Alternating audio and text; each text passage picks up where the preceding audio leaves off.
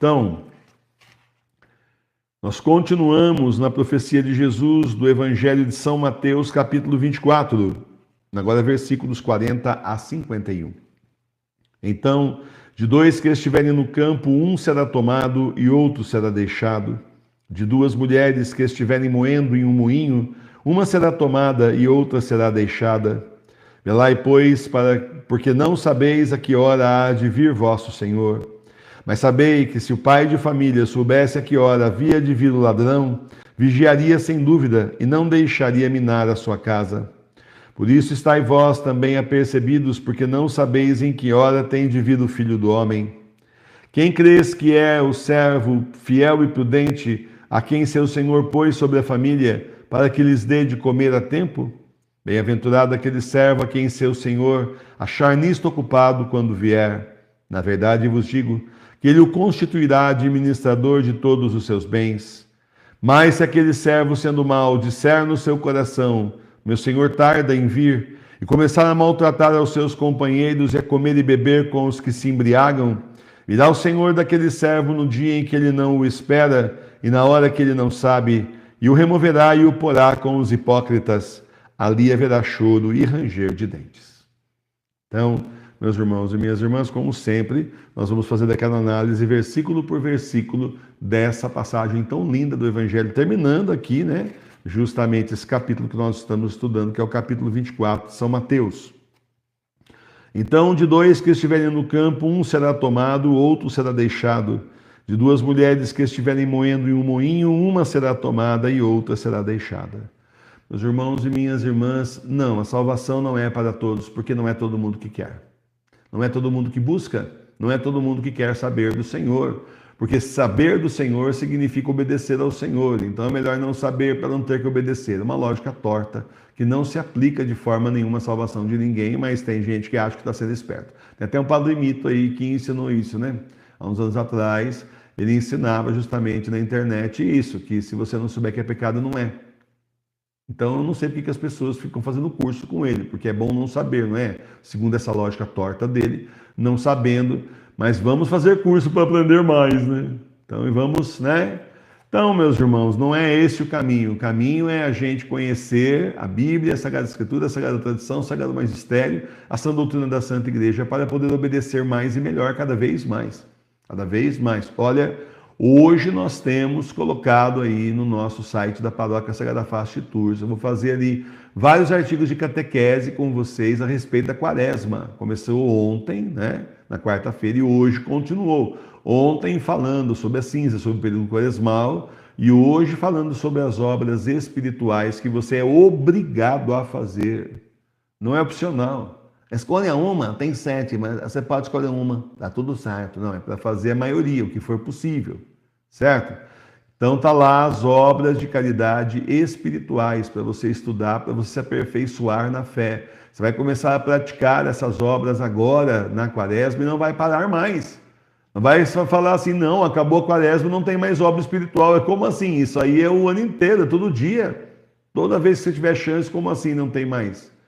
Aí lembra quando a professora Milena era mocinha, ela morava numa cidade interior de Minas também, e lá nessa cidade tinha um sujeito que tomava todas o ano inteiro, menos na Quaresma. Chegava quarta-feira de cinzas, o homem ficava seco, secou tudo, não tomava mais nada, não tomava nem uma gota. E passava bem ali a Quaresma inteira sem beber nada. Mas acabou a Quaresma na Páscoa, entortava o caneco de novo, começava a história tudo de novo. Falei, vem cá, amigo, por que já que você parou? Por que já não termina de parar de uma vez? Já parou mesmo, continua. Era a penitência dele parar de beber. Então, mas é tipo assim, você está entendendo? É preciso procurar a conversão. E aí sim nós sermos levados para junto do Senhor, enquanto outros ficarão. Então entenda. A gente tem que entender, tem que absorver, tem que aceitar que não vai a gente, a família inteira, todo mundo que a gente conhece, cachorro, gatinho, periquito, papagaio, não vai. Vão aqueles que estão procurando o Senhor, ou aqueles que vierem a procurar o Senhor mais para frente um pouco, não estão procurando agora, estão meio distraídos na vida aí, mas mais um pouco eles vão procurar. Né? E outros não vão, gente, e outros não vão. Então a gente tem que entender isso, tem que aceitar isso, E é mais negócio a gente entender e aceitar do que ficar sofrendo depois, porque não, nós temos que se entender com Deus é assim, individual, a gente vai prestar conta para o Senhor sozinho. Claro, a gente gosta das nossas famílias, não é? Dos entes queridos, do mais pudesse ir junto, tem que aceitar que não vai, uma parte não vai. Está aqui, é bíblico, não vai. O Senhor não fala nada para enrolar a gente, ele é muito claro, não vai. Não vai todo mundo. Não vai porque a maioria não quer saber de Jesus. Então, quem quer saber é justo que vá. Não olhe para a sua família da terra, olhe para a sua família do céu. Olhe para a sua família do céu. Hoje de manhã, na pregação da manhã, estava falando, né, aquela profecia, né, a promessa de Deus para o Abraão, né, que a descendência dele ia ser tão grande que ninguém poderia contar. Eu pergunto para você, quem é que pode contar os santos que estão no céu? Não é? Uma descendência enorme do Abraão, ele está lá junto. Quem é que pode contar? Não foi bem assim como a gente imagina quando lê, mas olha só, quanta gente lá e quantos de nós não irão também. Pelo menos nós aqui estamos todos querendo, né? Quantos não vão também ainda até o final desses tempos que são os últimos? Então, simplesmente é isso, sabe? Se conforme com isso, olhe para o Senhor. O Senhor já avisou que vai ser assim, não questione o Senhor e vamos em frente. Você já reza. A minha postura, gente, faz tempo já é assim. Eu rezo pela conversão dos pecadores. Então, automaticamente, por todos os entes queridos, eu estou rezando também. Pronto, acabou. Os que são inimigos da igreja eu não rezo porque não pode. Aí não pode. Quem está do lado do inimigo não pode. Quem é convertido ao mal, rezar por Jorge Mário Bergoglio, é a mesma coisa de chegar para o Senhor e ofendê-lo, né, com uma oração dessa. Isso é ofensivo, ele já se converteu ao diabo, então não vai de jeito nenhum se converter a Deus. Está morrendo e não vai se converter. Já está convertido ao lado errado. Levou a vida de erro desse jeito, ele não vai se arrepender. Então, meus irmãos e minhas irmãs, vamos ter isso em mente. Vamos ter mais pé no chão, ter mais pé no chão. Vamos cuidar da nossa salvação. Não é egoísmo, não. É que a gente tem que cuidar da nossa salvação, senão quem vai cuidar? Não é? Mas sabei que se o pai de família soubesse a que hora havia de vir o ladrão, vigiaria sem dúvida e não deixaria minar sua casa. Por isso estáis vós também apercebidos, porque não sabeis em que hora tem de vir o Filho do Homem. Nós não sabemos quando vai voltar nosso Senhor Jesus Cristo. É a grande verdade. A data exata, dia, mês e ano. Existem aí estudos de dois especialistas judeus, né, que se converteram à igreja. Eles dizem que seria em 2028. São dois estudos por dois caminhos diferentes, analisando as escrituras, comparando aí com aí lá os livros deles, lá sagrados, lá o Torá, não sei o que mais. Eles chegaram a essa conclusão. Tem esses dois vídeos na TV Nacional de Fátima, né? Que não fui eu que descobri. Eu descobri porque eu descobri a matéria, né? Mas quem está, assim, estimando são os dois. Bom, tudo bem. Aí a gente saberia o ano, então, mas não o dia e a hora. Ninguém sabe o dia, a hora, o ano, de verdade, não. Tem gente falando assim, estou só esperando da 2028, vou voltar aqui para dizer que você está bem errado. Depois, entra assim, o rato, assim, tô... Ô, criançada, né? Versário maternal é fogo, né? Então, é assim, de verdade, a gente estima pelo tudo que a gente está vendo, pelas profecias, a gente vai procurando interpretar as profecias à luz da fé do Espírito Santo, do nosso anjo da guarda ajudando, né? Mas é bom estar preparado, porque, de verdade, podia ser agora e pode ser amanhã. O Senhor é nosso Deus, a hora que Ele falar acabou, acabou. A hora que Ele disser fim, fim. Então, vamos nos preparar. Porque a gente está vendo aí que o Senhor está atrasando o maligno, né? Já era para ter feito um monte de coisa e não fez. Está abreviando o tempo da prova aí. Então, vamos nos preparar. Vamos nos preparar para nos encontrarmos com o Senhor. E por último aqui, quem crês que é o servo fiel e prudente a quem seu Senhor pôs sobre sua família para que lhe destes de comer a tempo? Bem-aventurado aquele servo a quem seu Senhor achar nisto ocupado quando vier.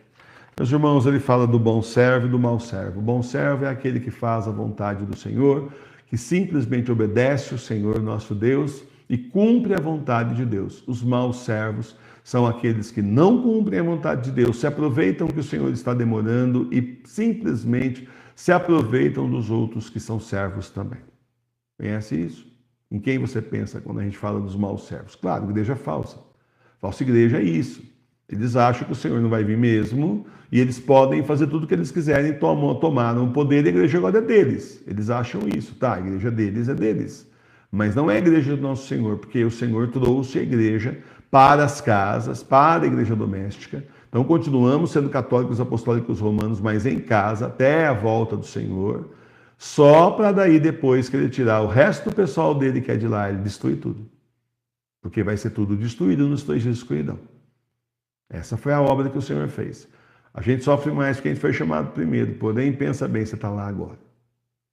Vem aí campanha da fraternidade de novo. Estão até fazendo divulgação de material para comprar. Vê bem se fosse agora. A gente estivesse lá. Nós não poderíamos estar lá. E aí a gente descobriu logo depois, daqui a 6 meses, 1 ano, que não devia estar lá. Então, você vê, o Senhor foi bom para nós, foi maravilhoso. Chamou mais um monte de gente, mas tem gente que não vem, fica iludido pela conversa de uma Eucaristia inexistente que não tem mais. Não tem mais. A comunhão agora é só espiritual. A comunhão eucarística não tem mais nesse ponto que nós estamos. Simplesmente depois do Papa Bento XVI, depois que ele foi tirado do poder, já não tinha mais. E ainda tinha a Eucaristia válida porque o nosso Papa, São Bento XVI, ele estava celebrando todo dia. A partir da hora que ele foi morto, não tem mais absolutamente Eucaristia no mundo. Tem que entender isso, o sacrifício foi suspenso. Então, meus irmãos e minhas irmãs, sejamos bons servos, porque de maus servos a igreja está cheia. Gente que invadiu, tomou o poder, vai e vende, vira aquela baderna lá dentro. Vira aquela pouca vergonha, aquela sem vergonhice. Hoje eu li um cardeal dizendo o seguinte, cardeal Jorge Mário Bergoglio, claro, o cara é muito gente fina, né? Ele é assim, a fé de gente assim, que cardeal com fé, quem sabe ele vai ser o nosso próximo papa. Nossa, não, porque a gente sabe que lá é falsa igreja, mas o deles, né? O papa deles lá. A frase do cara, terrível, é assim, o tempo do cristianismo acabou, agora é o tempo do globalismo. Bom, passou para ele, passou para eles, para nós não. O tempo do cristianismo é até a volta do Senhor. Que isso? Que palhaçada é essa? Não. O tempo do cristianismo é para sempre, até a volta do Senhor. Até a hora que nós estivermos lá no juízo final. Então, antes disso, não acabou nada. Quem acabou foram eles que estão indo para o inferno. E daqui a pouco acabam no inferno. Não tem conversão. Eles não têm absolutamente nada, mas absolutamente nada de fé. A gente que fala um negócio desse acredita no quê? Na Pachamama, na Mãe Terra, no Anticristo, no diabo. Mas em Cristo é que não é, porque se acreditasse, obedecia. Está entendendo? E são os maus servos. Olha aí os maus servos que vão ser punidos junto com os hipócritas. Olha aí. Sendo vários deles, todos eles hipócritas também, porque gente que fala um negócio desse é hipócrita. Está fazendo o que na igreja? Se não tem mais cristianismo, cai fora, rapaz. Vai para o Partido Comunista, Partido Globalista, cai fora, vira político. Que aliás já são mesmo, né? Muitos deles são aí. Enfiados, só que é de batina. Então, meus irmãos e minhas irmãs, sobrou para nós, sobrou para a Igreja Católica Apostólica Romana continuar doméstica nas casas, continuar com fé, levando a Santa Igreja à frente. Qual foi a promessa do Senhor? A promessa do Senhor é: as portas do inferno não poderão contra a igreja dele. Mas Bergoglio não é a igreja dele, nós somos a igreja dele. Bergoglio é aquele que simplesmente, junto com os seus asseclas, tomaram o poder, mas nós continuamos sendo a Igreja Católica Apostólica Romana verdadeira, e contra a igreja verdadeira, as portas do inferno não podem. Podem tentar, podem adoecer, podem perturbar, podem perseguir, podem até matar, mas poder contra a nossa fé ninguém pode. Certo? E aí a questão é simples, enquanto um de nós estiver vivo, enquanto um do verdadeiro remanescente, que agora tem o falso, enquanto o verdadeiro remanescente estiver aí vivo, um de nós não acabou, não. A igreja continua em frente, isso também é profetizado já. Por aí, uma santa que o Senhor falou isso. Enquanto tiver um fiel vivo, não acabou a igreja. Então pronto, nós estamos vivinhos aqui, somos mais que um, hein? Né? E outra coisa também, a gente tem que entender que essa igreja aí não tem mais nada para nós lá, a igreja bergogliana agora, nós estamos na verdadeira igreja do nosso Senhor, nós somos a resistência verdadeira, porque também agora tem falsa resistência, a gente não pode falar nada aqui que a turma pega as nossas palavras. A pessoa me fala que eu sou mais assistido do que eu imagino, porque do jeito que a igreja falsa me copia, é um negócio impressionante. Eu falo de profecia, eles primeiro criticam. Ficar assustando os fiéis, está perdendo gente por causa disso. Aquele padre da Canção Nova lá. Depois ele próprio começa a falar de profecia também, porque viu que não colou. Mas daquele jeito torto que você já conhece. Superficial e torto. Nunca vai no ponto. Aí depois nós temos aí, aí esse pessoal que diz que é falso, que é remanescente, mas que é falso, capitaneado pelo padre espírita da Itália. E nós temos a falsa resistência também, que é o pessoal aí, tem uma turma em latim aí que diz que é resistência. O lema deles é reconhecer e resistir. Como assim reconhecer Jorge Mário Bergoglio? Não reconheciam os outros papas verdadeiros aí, João Paulo II, não reconheciam aí o Bento XVI e agora reconhece Jorge Mário Bergoglio, faz acordo com ele, como assim? Que hipocrisia é essa? Tudo a mesma coisa, tudo farinha do mesmo saco. Como é que fala farinha do mesmo saco em latim, né? Se soubesse, falava aqui. Tudo a mesma coisa. Então, meus irmãos e minhas irmãs, continuemos firmes como bons servos, porque o Senhor vai premiar aqueles que continuarem sendo, recompensar e salvar aqueles que realmente são fiéis a Ele.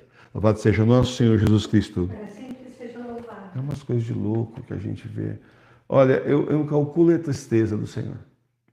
Se a gente vê gente saindo daqui da paróquia e traindo a igreja, traindo o Senhor, uma pessoa, duas, saem traindo o Senhor, já é uma dor forte. É uma dor assim, a gente sente uma dor, puxa vida, mas por que vai fazer isso? Por que vai sair? Por que vai começar a trair a igreja agora, trair nosso Senhor? Imagina o Senhor que é traído o dia inteiro pela maior parte da humanidade. Imagina. A dor dele é muito grande, por isso tem que fazer reparação mesmo, e a gente não pode mais pecar. É o seguinte, você para de pecar, porque já tem bastante pecado por aí, certo? Então, pelo menos a gente não pecar, por favor. Para pecar tem um monte de gente, mas para fazer reparação e ser fiel, quantos são? Pelo menos nós. Pelo menos nós.